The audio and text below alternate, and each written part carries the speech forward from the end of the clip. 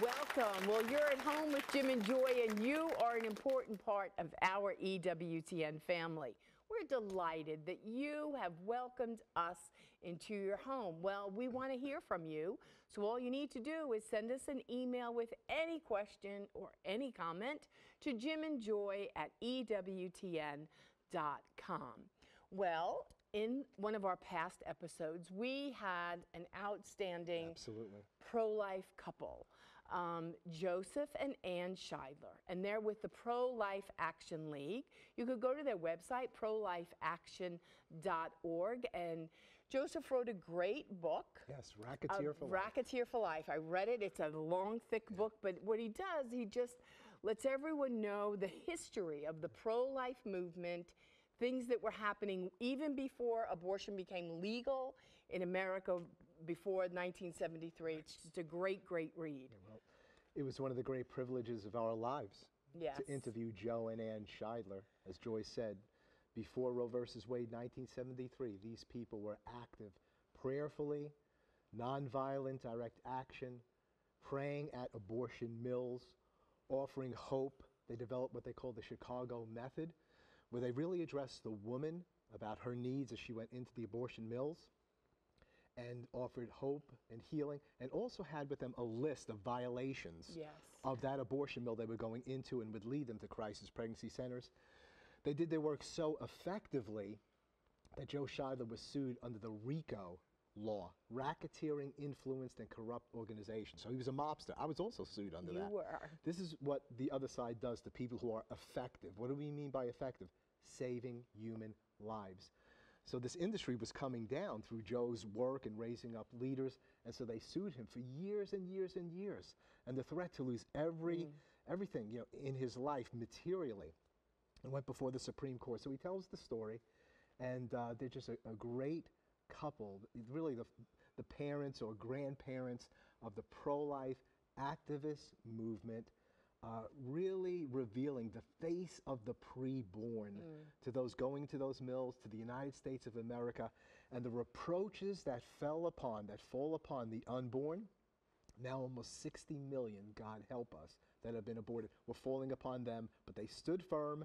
They are great leaders. You're going to be deeply moved by their testimony today. Well, I just want to say that they trained me. I didn't know how to do sidewalk counseling. I watched their video. It was on one of those VHS tapes. I went out to the abortion clinic and I started imitating what I saw them do.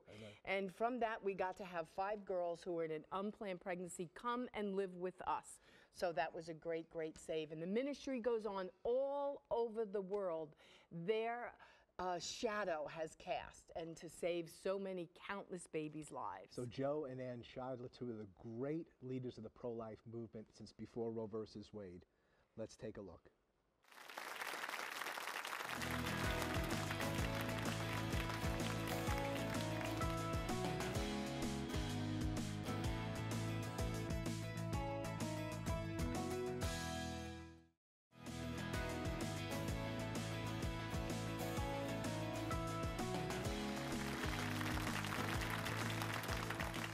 Well, here are 2 heroes of the pro-life movement. Amen.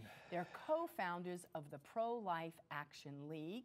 Joe is the author of a book, A Racketeer for Life, and is the chairman of the board of the Thomas More Society. We're going to talk a little bit more about that as our interview goes on. But I want to welcome the both of you. I was telling when we had Eric on with Joe, Joe looked good, but he looks a lot better when you are sitting next to him. And I'm a lot older. Sweet of you.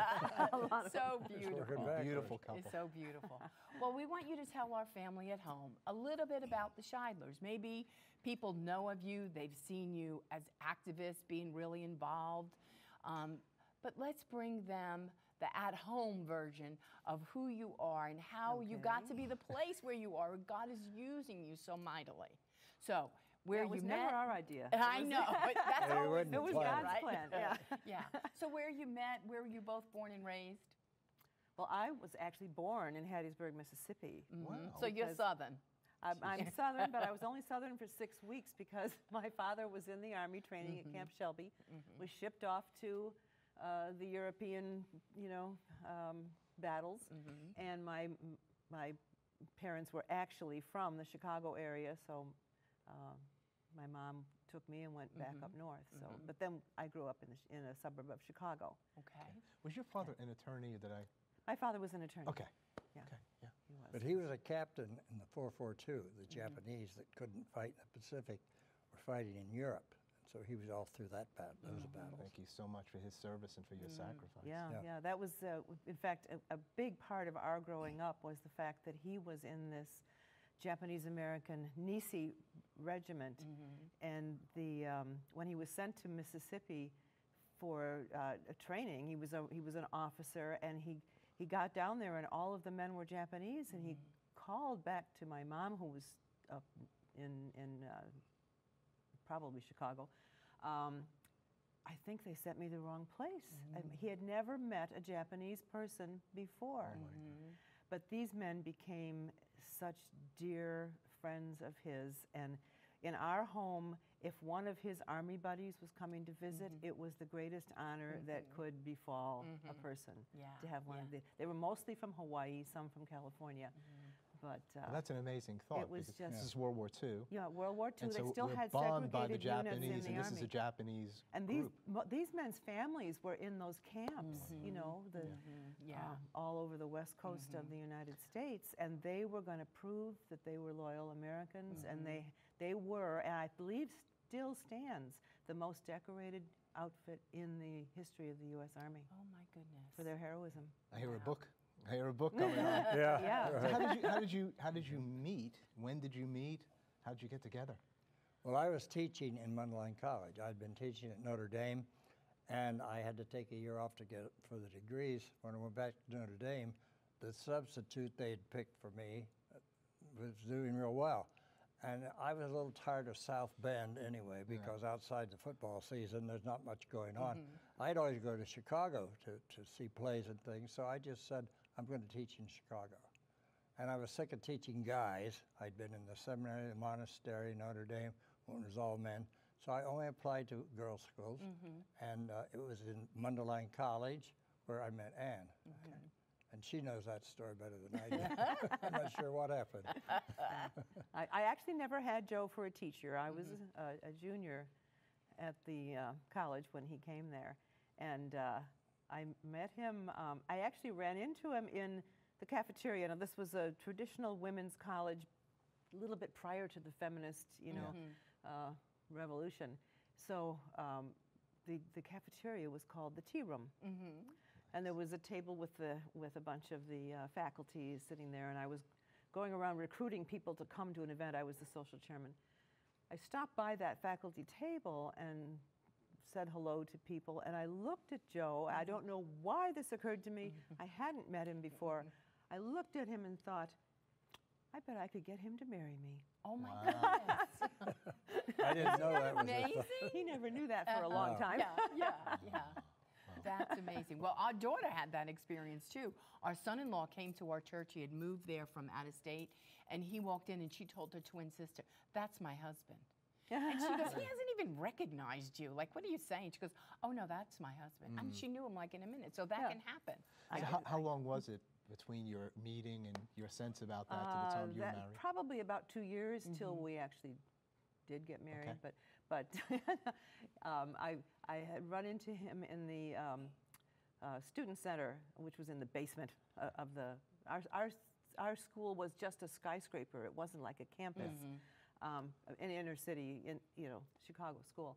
I ran into him in the student center right before Christmas break, and he said he was going home for Christmas. I said, "Where's home?" And he said, "Fort Wayne." And I'm going to reveal my geographical ignorance here. I said, "Oh, I didn't know you were from Texas." Fort Wayne, Fort Worth. He's like, "That would be Indiana."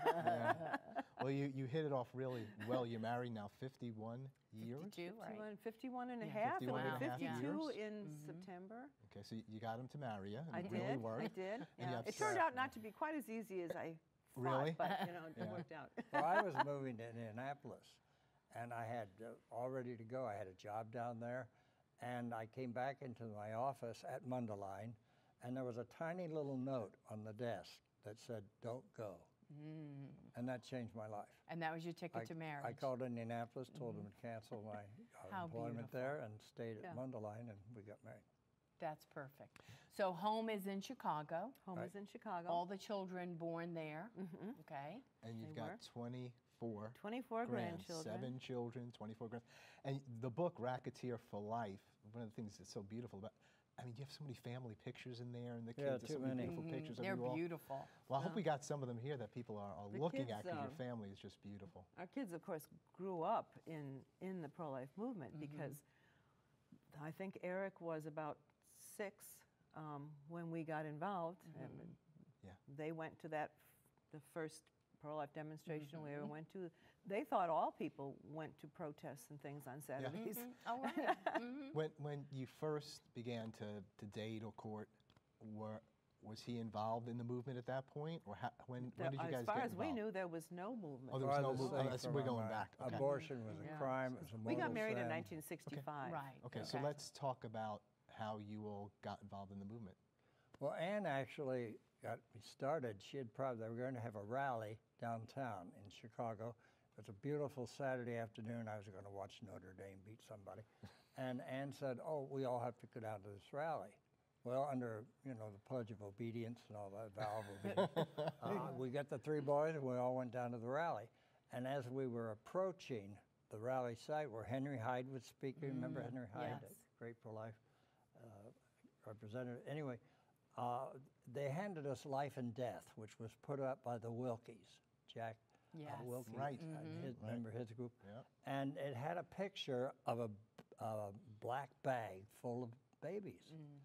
And they handed us that, and as soon as I saw those babies in a bag, they'd all been killed in abortion. It was a hospital in Toronto because it wasn't legal here in the United States.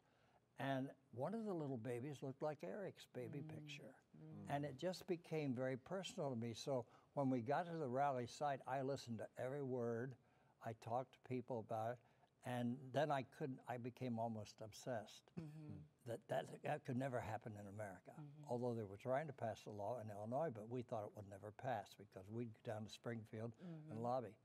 But then when I was working for a PR firm, when it became legal in January 1973, and I started going to the clinics and talking, doing everything I could, reading everything I could find. And finally, my boss said, Joe, you're totally absorbed in this abortion movement. He said, why don't we'll keep you on payroll, and you'll keep your insurance till your baby's born, because Anne was pregnant with our 4th child. And so I started doing pro-life work full-time. And there was no money. There was nothing in it when the paychecks ran out. So, but he had told me, with your background in journalism and publicity and so on, you can make a living at this. And so that was kind of the combination of things. But partly it was the little baby in the black bag, looked like Eric, and my wife was pregnant with my daughter, Sarah, our first girl. Kathy. Kathy, and we didn't even know that it was a little girl. But the thing was, her protection that had been there from the beginning of this nation was gone. She was nothing to our government, and I was in World War II at the end. She means nothing. She can be killed just on a whim. Because if you read Doe v. Bolton, which was not printed much, it was a Roe v. Wade.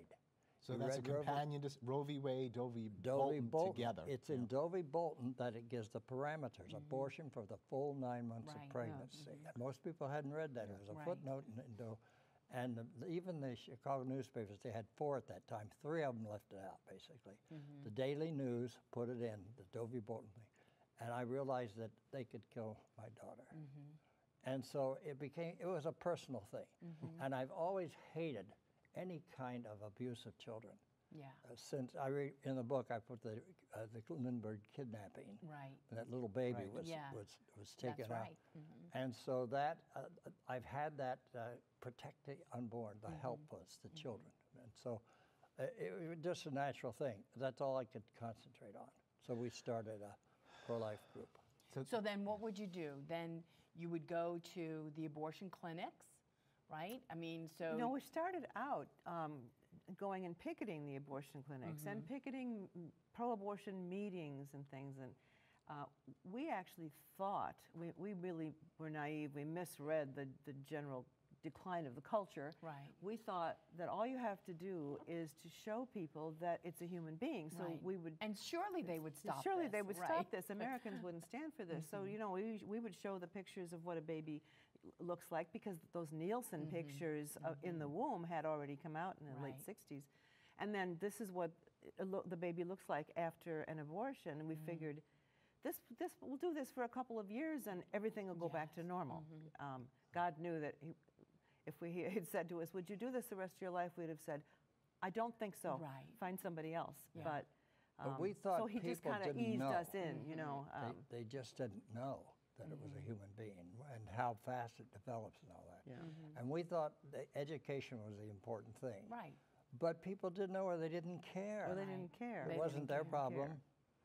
My own family. Right. Or that people did, and still to this day don't believe that you can have an abortion up to all 9 months. No. I mean, Exactly. people believe, because they want to believe, no, you can't do that, just up to the first 3 months. Yeah. And I've said, no, that's not true. I mean, it is this education, you know, all these years later, where the people just aren't They believing don't, it. you know, and that's one of the advantages of the public debates about things like the partial birth abortion or restrictions after 20 weeks. At least the information gets out through the news and online and everything that these things are happening and somebody's trying to make it Right. stop And you happening. can have that conversation. Right. The culture is getting much more liberal in a lot of ways, Yeah. but it's recognizing the humanity of the child. And increasingly, polls show more people identify as pro-life, more people would like to see some restrictions, even if they aren't ready yet to eradicate it completely. They are really uncomfortable with And late-term it really goes abortion. back to your original conversion, you know, where you got when it was an intimate encounter with the unborn. I mean, that you had and seen your own child in this one, and you thought, well, if people see this, then it'll all change, but it really hasn't gone that way. But yet, it is influential, especially with the younger people who are the survivors after 44 Well, and years. you know what? Right. They know, I'm a survivor.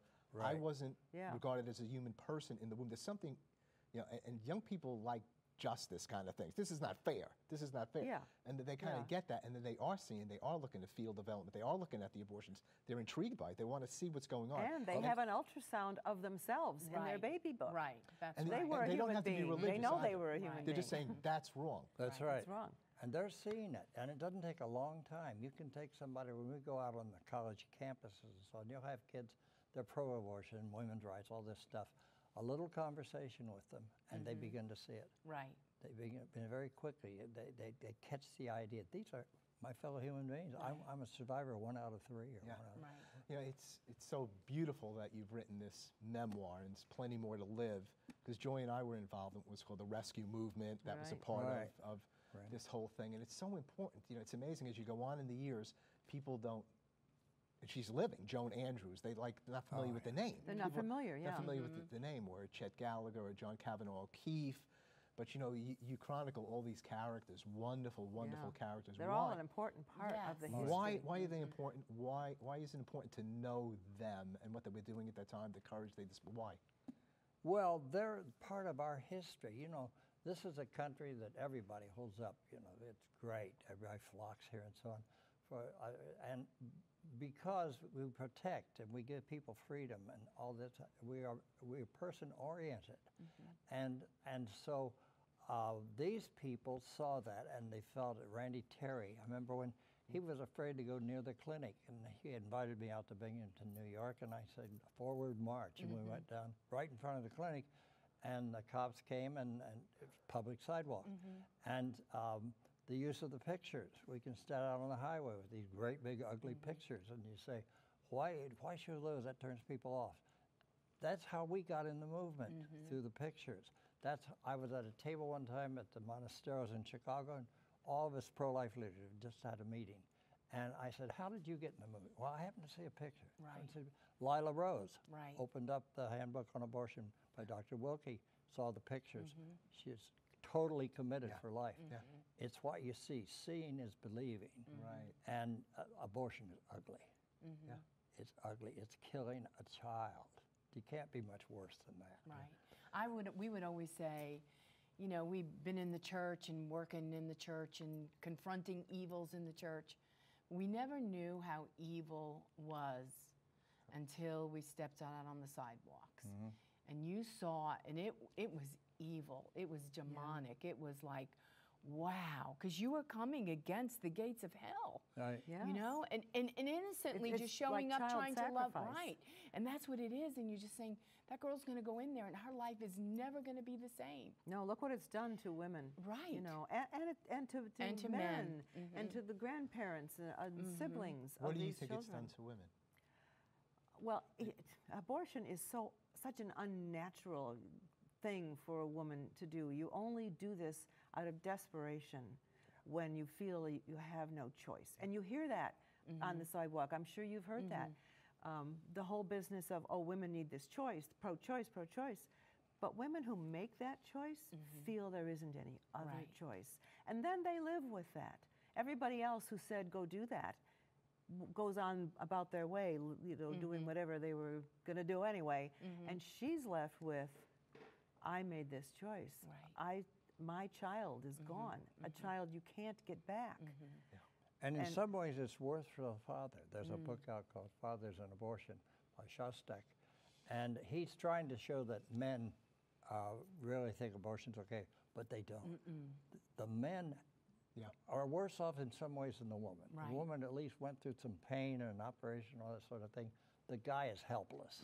He's the father, and many of these men want that baby. And in this culture, in this society, you know, if you try to say something, it's like you have nothing to say. Yeah, so we they're just cut have out of the process. we have a minute left, Joe. Just your hope for the book, your hope for our culture.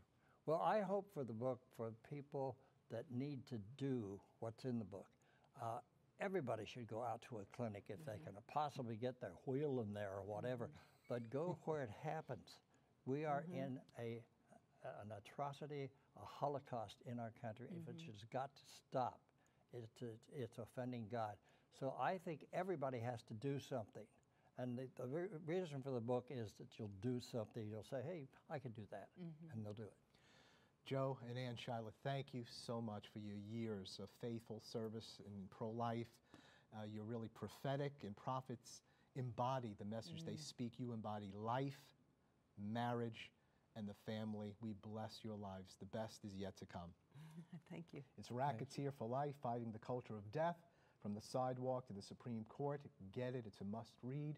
Go to prolifeaction.org if you want to be equipped to do the pro-life work right where you are. We'll be right back. Please don't go away.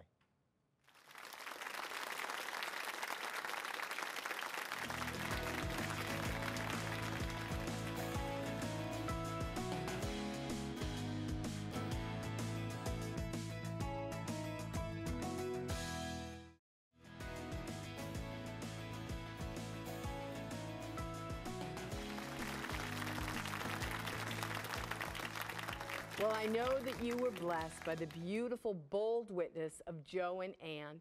They have been fighting the pro-life fight for a long time.